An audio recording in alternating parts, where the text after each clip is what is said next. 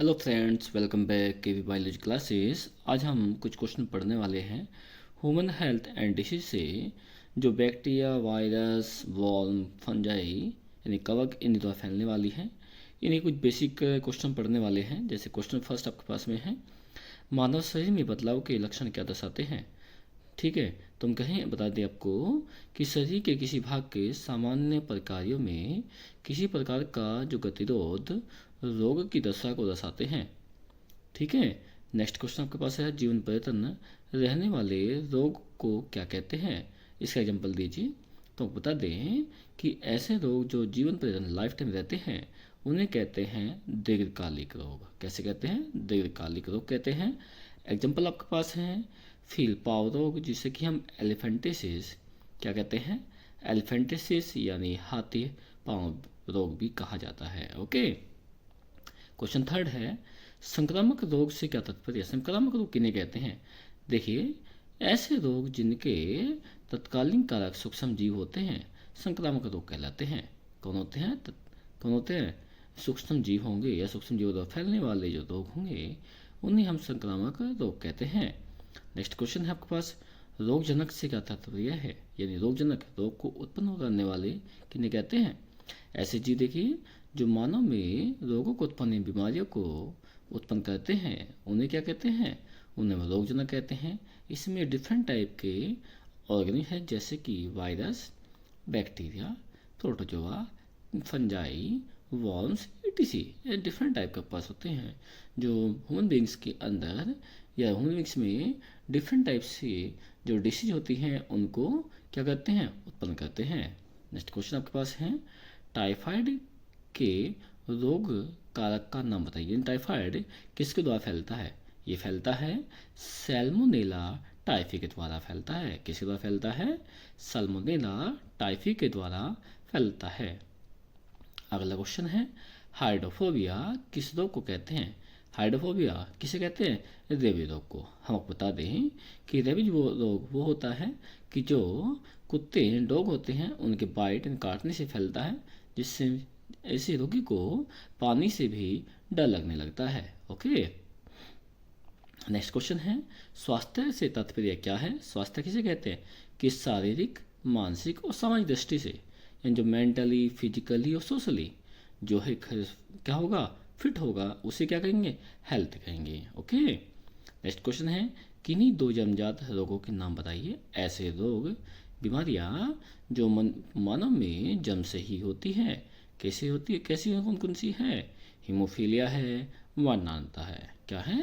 Haemophilia होगी और वर्णांतता होगी। ओके, नेक्स्ट क्वेश्चन आपके पास में है, वायरस से उत्पन्न होने वाले 4 रोगों के नाम बताइए। जो वायरस विषाणु होते हैं उनसे कौन कौन से फैलते हैं? जैसे जुकाम हो गया, खांसी है, इन्फ्लुएंजा है, डेंगू बुखार है, एड्स है। ये सभी क्या होते हैं? ये सभी ऐसे रोग हैं जो वायरस या जो विषाणु होते हैं उनसे फैलते हैं। ठीक है, नेक्स्ट क्वेश्चन है, जीवाणु से उत्पन्न 4 रोगों के नाम बताइए। देखिए यहाँ पे पीछे किससे पूछा था? वायरस से पूछा था। यहाँ पूछा गया बैक्टीरिया से, तो कौन कौन से हैं? अक्सर रोग हो गया, टाइफाइड हो गया, हैजा हो गई। ये सभी क्या है? ये सभी ऐसे रोग हैं जो बैक्टीरिया द्वारा फैलते हैं। ओके, क्वेश्चन 11 है, गर्मी से फैलने वाले यानी जो वॉर्म होते हैं उनसे फैलने वाले डिसीज कौन कौन सी हैं? देखिए, पहले हम पीछे पढ़ा पास में है, फिर कुछ क्या कहते हैं, फिलपाओं या फिश फाइल लेरिसिस भी कहा जाता है, या जिसे हम फिलिसिस कहते हैं। शॉर्ट में पीछे कहा मैंने से क्या कहते हैं हम? हाथी पाँव भी कहते हैं। किसको? किसको? फिलपाओं को कहते हैं। ओके, किससे फैलता है ये? वॉर्म से फैलता है। किससे फैलता है? वॉर्म से फैलता है। एक बात और, जो फिलरेसिस होता है जिसे हम हाथी पाँव कहते हैं, इसका जो एजेंट होता है वो कौन होता है? वो होता है वाउचेरिया होता है। कौन होता है? वाउचेरिया होगा। नेक्स्ट क्वेश्चन है, शरीर के किस अंग को जापानी बुखार प्रभावित करता है? किसको कहता है? तो बता दें, वो किस बात करेगा? वो करेगा मस्तिष्क को करता है। किसको करता है? मस्तिष्क को करने वाला है। अगला क्वेश्चन है, मस्तिष्क पर सूक्ष्म जीवों के आक्रमण से क्या प्रभाव पड़ता है? तो क्या क्या होंगे? उल्टी का आना होगा, चक्कर आना, बेहोशी की स्थिति बन जाना, सिर दर्द रहना। ये सभी क्या है? ये सभी मुख्य कारण हैं, ठीक है, जो सूक्ष्म जीवों के मस्तिष्क पर जो अटैक करते हैं उस कारण से बनते हैं। अगला क्वेश्चन है, किन्हीं दो रोगों के नाम बताइए जो प्रोटोजोआ से फैलते हैं। यानी ये पूछा गया है कि ऐसे किन्हीं दो बीमारियों का नाम बताओ जो प्रोटोजोआ होते हैं उनसे फैलने वाले होते हैं। कौन कौन से हैं? मलेरिया है, काला अजहर है जिसे काला जार कहते हैं, पेचिस है, पायरिया है। क्या है?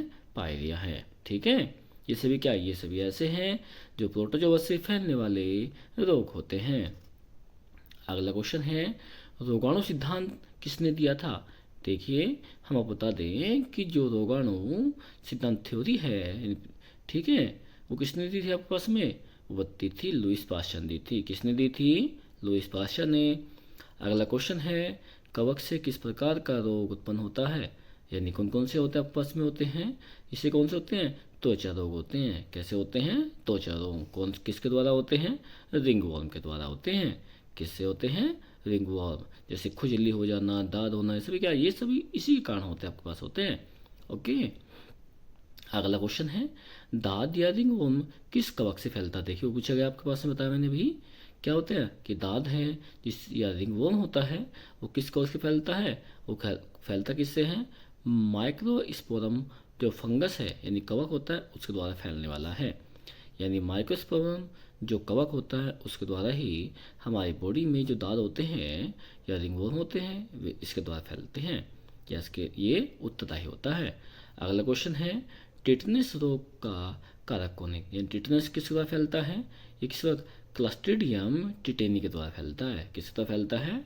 क्लस्ट्रीडियम टिटेनी के द्वारा टिटनेस रोग फैलता है। अगला क्वेश्चन है, टिटनेस रोग को अन्य किस नाम से जानते हैं? तो आप बता दें, जो टिटनेस रोग है उसे हम जो दूसरा नाम कहते हैं उसे कहते हैं धनुष्कार धनुष्कार रोग, यानी लोकजा डिसीज के नाम से जानते हैं। ठीक है, क्या कहते हैं? लोकजा डिसीज के नाम से इसे जानते हैं। अगला क्वेश्चन है, प्रतिजैवी का प्रभाव सामान्य खांसी जुकाम पर क्यों नहीं होता? तो आपको बताएं कि वायरस ही जो खांसी जुकाम होते हैं उसको फैलाने वाला होता है और वायरस को प्रतिजैविक प्रभाव नहीं करती है। यह कहते हैं कि वायरस पर प्रतिजैविक का कोई प्रभाव नहीं होता। अगला क्वेश्चन है, हेपेटाइटिस जो बैक्टीरिया है किसका वाहक होता है? यानी किसका फैक्टर है आपके पास कारक है?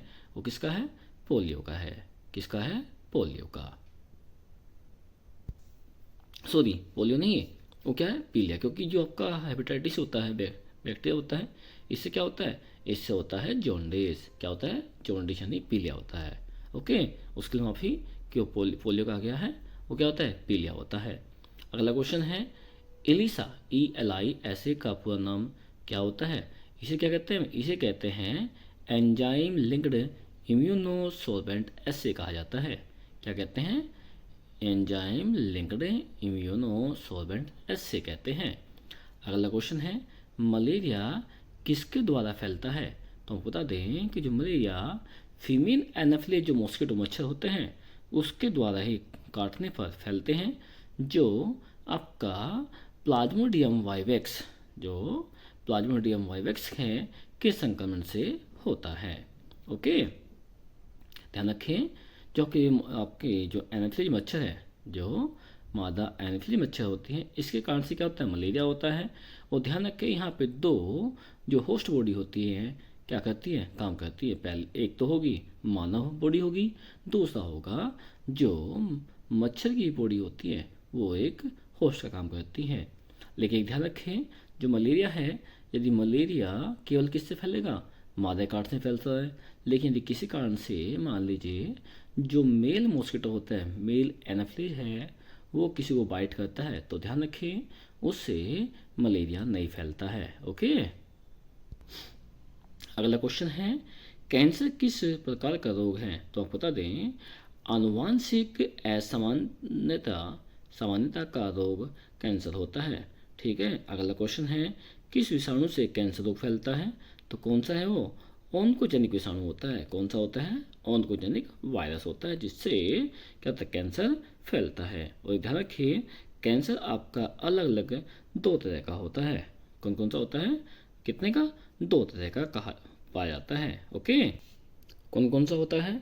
एक होता है आपके पास मैलिग्नेंट और एक होता है आपके पास में नॉन मैलिग्नेंट। कितने प्रकार का हो कैंसर? एक होगा मैलिग्नेंट और एक होता है नॉन मैलिग्नेंट कैंसर। ओके, अगला क्वेश्चन चलेंगे आपके पास में। एड्स उत्पन्न करने वाले जो कारक है उसका नाम बताइए। तो क्या आपके पास में है एड्स? किससे फैलता है? HIV से। और जो HIV फुल फॉर्म होती क्या होती है? ह्यूमन इम्यूनो डिफिशियंसी वायरस होता है। क्या होता है? ह्यूमन इम्यूनो डिफिशियंसी वायरस, इसकी फुल फॉर्म होती है। अगला क्वेश्चन है, ऐसे दो रोगों का नाम बताइए जो लैंगिक संपर्क से फैलते हैं। कौन कौन से आपके पास हो गए? एक तो होगा सिफिलिस हो गया, दूसरा कौन सा होगा? एड्स हो जाता है। ओके, अगला क्वेश्चन है, तंबाकू में कौन सा कैंसर कारक पदार्थ पाया जाता है? कौन सा होता है जिससे कैंसर फैलने की संभावना बनती है? वो क्या है? वो है बेंजपायरीन। कौन सा है? बेंजपायरीन होता है, जिस कारण से कैंसर फैलने की संभावना तंबाकू से होती है। ओके, अगला क्वेश्चन है, मेटास्टेसिस से क्या तात्पर्य है? यानी क्या होता है? इसे हम बता दें कि शरीर के अंदर कैंसर का फैलना, शरीर के अंदर कैंसर के फैलने की जो प्रक्रिया होती है उसे क्या कहते हैं? उसे हम मेटास्टेसिस कहते हैं। क्या कहते हैं? मेटास्टेसिस। कैंसर के टाइप्स के बारे में आपको अभी ऊपर बताया है कि कैंसर दो प्रकार का होता है। कौन कौन सा? मैलिग्नेंट और नॉन मैलिग्नेंट। ओके, अगला क्वेश्चन है, नाको यानी NaCO का पूरा नाम क्या है? एन मिस होता है नेशनल और ए मिस होता है एड्स, सी मिस क्या होता है? कंट्रोल और ओ मिस क्या होता है? ऑर्गेनाइजेशन। तो क्या हो गया? नेशनल एड्स कंट्रोल ऑर्गेनाइजेशन, ये किसका फुल फॉर्म है? नाको, NaCO का है। ओके, अगला क्वेश्चन है क्वेश्चन 31, HIV कहाँ फैलते हैं? HIV कहाँ फैलते हैं? तो आप बता दें कि HIV फैलता है, वो कहाँ फैलेगा? जो लसिका ग्रंथियाँ होती है, लसिका जो ग्रंथियाँ होती हैं उनमें ये फैलते हैं। अगला क्वेश्चन है, एड्स का पूरा नाम बताइए। तो एड्स क्या होगा? एमिस हो गया एक्वायर्ड, जिसे हम उपराजित कहते हैं, ठीक है। और आई मिस क्या हो गया? इम्यूनो। डी मिस हो गया डिफिशियंसी। और एस मिस क्या होता है? आपके पास में आता है, वो होता है सिंड्रोम। तो क्या होगा आपके पास में? हिंदी में होता है उपार्जित प्रतिरक्षा न्यूनता संलक्षण कहते हैं, और इंग्लिश में होता है एक्वायर्ड इम्यूनो डिफिशियंसी सिंड्रोम। ये किसकी फुल फॉर्म है? ये एड्स की फुल फॉर्म होती है। किसकी होती है? एड्स की फुल फॉर्म होती है। ओके, अगला क्वेश्चन है, विशिष्ट रक्षा प्रणाली किन कोशिकाओं के कारण होती है? तो हम बता दें कि जो विशिष्ट रक्षा प्रणाली होती है वो टी लिम्फोसाइट और बी लिम्फोसाइट के कारण से होती है। एक ध्यान रखें, जो लिम्फोसाइट है आपके पास में है, इसे हम WBC यानी श्वेत रक्त कणिकाएं कहते हैं। जो श्वेत रक्त कणिकाएं होती हैं वे आपकी दो प्रकार की होती हैं। कौन कौन सी होती हैं? T होती है और एक B होती है। ओके, अगला क्वेश्चन है, टी लिम्फोसाइट कितने प्रकार की होती हैं? देखिए, जो टी लिम्फोसाइट है वो 4 प्रकार की होगी। कौन सी होगी? केलर टी लिम्फोसाइट, हेल्पर यानी सहायक टी लिम्फोसाइट, और समदमक टी लिम्फोसाइट, और लास्ट होती है आपस में होती है श्रावण कोशिकाएं। तो इस तरह क्या होगी? जो टी लिम्फोसाइट है वो आपकी 4 प्रकार की होती है। अगला क्वेश्चन है, टी लिम्फोसाइट शरीर के किस भाग में विभिन्न होती है? तो यानी कहाँ होती है? तो बता दें, जो टी लिम्फोसाइट हैं जो बनती है, अब कहाँ होती है? जो थाइमस ग्रंथि होती हैं। कौन सी होती हैं? थाइमस ग्रंथि होती हैं, उसमें विभेदित होगी। अगला है, एलर्जी रोग का कारण क्या होता है? तो बता दें कि एलर्जी क्यों होती है। देखिए, प्रतिरक्षा तंत्र की अत्यधिक सक्रियता के कारण एलर्जी रोग होते हैं। अगला क्वेश्चन है, कौन सा रोग RH कारक फैक्टर के प्रति प्रतिरक्षी निर्माण के फलस्वरूप होता है? तो हम बता दें तो क्या होगा? कौन सा होगा? इरिथ्रोब्लास्टोसिस फिटिलिस। कौन सा होता है? इरिथ्रोब्लास्टोसिस फिटिलिस क्या होता है? रोग जो होता है वो RH कारक के प्रति क्या होता है? प्रतिरक्षी का निर्माण करने में के परिणाम स्वरूप होता है। ओके, अगला क्वेश्चन आपके पास में है, इंटरफेरोन का निर्माण शरीर में कब होता है? तो आप बता दें, जो इंटरफेरोन है उसका निर्माण शरीर में विषाणुओं के संक्रमण के पश्चात होता है। दोस्तों, इसी प्रकार की अधिक जानकारी से संबंधित वीडियो हमारे चैनल पर दी गई है। उन सभी की जानकारी या ये कहें कि अधिक जानकारी के लिए चैनल पर इससे संबंधित और अन्य टॉपिक से संबंधित वीडियो को ध्यान से देखें। ओके, और यदि वीडियो पसंद आए तो उसे लाइक करें और शेयर करें और चैनल को क्या सब्सक्राइब करें। ओके, अगला क्वेश्चन चलते पास चल देंगे। अगला क्वेश्चन आपके पास में है।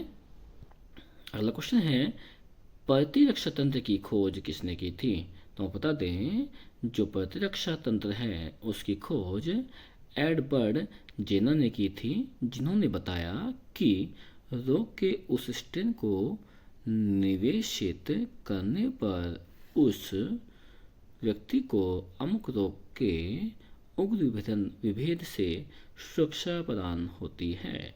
अगला क्वेश्चन है क्वेश्चन नंबर 40 आपके पास होगा। प्रतिरक्षी प्रतिक्रिया यानी इम्यूनो रेस्पॉन्स से क्या तात्पर्य होगा? तो बता दें कि वातावरण में उपस्थित विषाणुओं, जीवाणुओं, कवक, परजीवी, प्रोटोजोआ तथा अन्य परजीवी जीवधारियों एवं विषैले पदार्थों का शरीर पर आक्रमण होता है। ये वायु से, जल, भोजन आदि के माध्यम से शरीर में क्या करते हैं? एंट्री करते हैं। इसके पश्चात क्या होगा?